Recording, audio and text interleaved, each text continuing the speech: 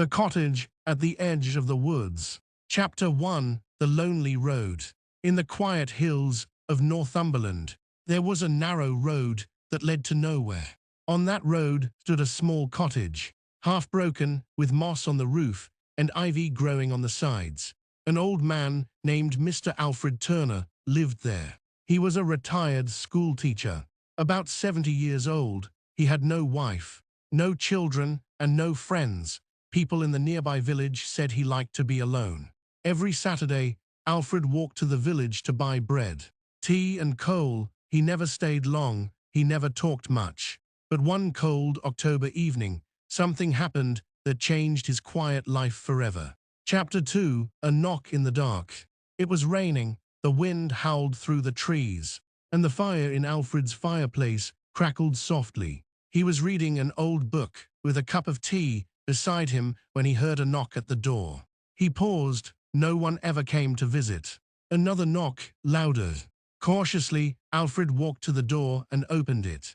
Standing outside was a woman, soaking wet. Around 30 years old, she wore a blue coat and held a small bag. "Please," she said, her voice trembling. "My car broke down. There's no signal. May I stay here just for the night?" Alfred looked at her, unsure. He didn't like strangers, but something in her eyes made him nod. Chapter 3. The Woman Named Lily. Alfred gave her a towel and a cup of tea. She sat near the fire, trying to warm herself. "I'm Lily Bennett," she said. "I was on my way to visit my aunt in Alnwick. My car stopped near the woods. No lights, no sound, just silence." Alfred nodded, but said little. He noticed she kept checking her bag nervously. "Are you all right?" he asked finally. "Yes," she said, "just tired." She slept on the old sofa that night. Alfred locked his door and windows, then went to bed. But sleep did not come easy. Something about her seemed wrong. Chapter 4. The Hidden Bag. In the morning, Lily was gone. So was the small bag. But Alfred noticed something strange. Near the sofa, something shiny stuck out between the cushions. It was a silver key with strange markings. Alfred picked it up. It looked old, like something from a bank or a locker. Curious, he kept it in a drawer and walked to the village. There people were talking.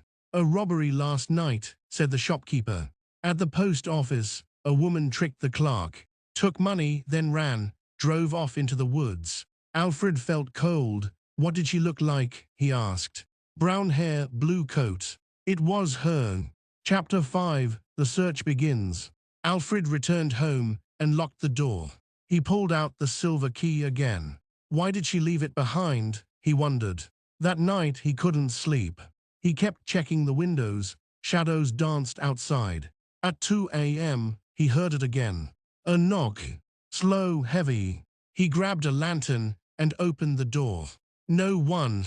But on the ground was a piece of paper. "I need that key. Don't trust what you find." His hands shook. He looked out into the trees, but no one was there.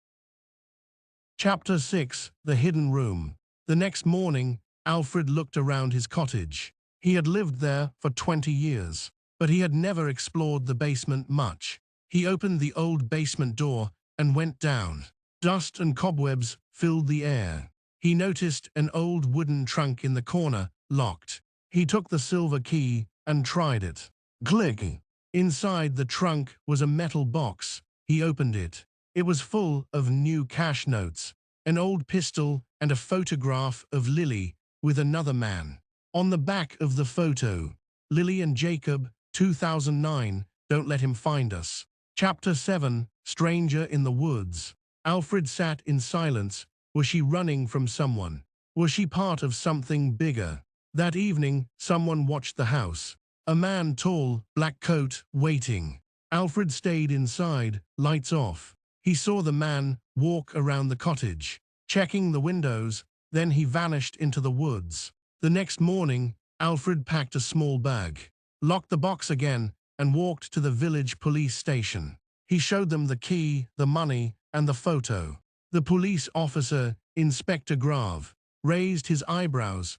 "That woman is wanted in connection with multiple cases. That man, Jacob, dangerous criminal.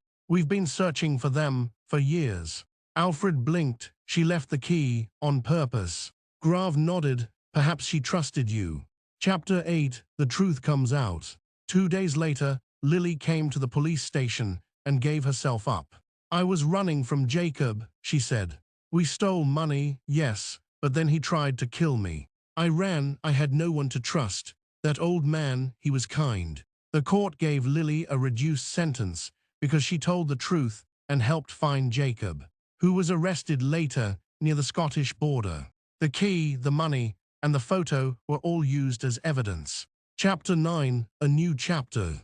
Months later, Alfred received a letter. Dear Mr. Turner, thank you for your kindness and silence. People like you are rare. I hope to live a better life once I'm free. Keep the photograph, a reminder that even those who lie can sometimes want to be good. Yours, Lily Bennett. Alfred smiled faintly. He placed the photo on the shelf near the fire. The cottage at the edge of the woods was quiet again, but the man who once feared strangers now kept his door just a little more open.